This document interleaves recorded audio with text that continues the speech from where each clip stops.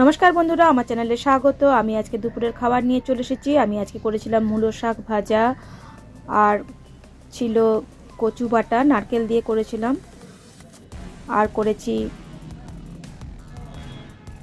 কুমড়ো শাক, কুমড়ো সেদ্ধ, আর লেবু, মাছের ঝোল, পাতলা করে মাছের ঝোল করেছিলাম, আর সঙ্গে ছিল চাটনি। শাক দিয়ে আমি খেয়ে নিয়েছি। এরপরে আমি কচু বাটাটা দিয়ে খেলাম, একটু লেবু দিয়ে নিয়েছি যাতে কোনো রকমভাবে মুখ না ধরে। আর মাছের মুড়ো তো প্রত্যেক দিনের থাকেই, সেটাই আপনাদের সঙ্গে শেয়ার করছি। আর কত বড় দেখেছেন মাছের মুড়োটা।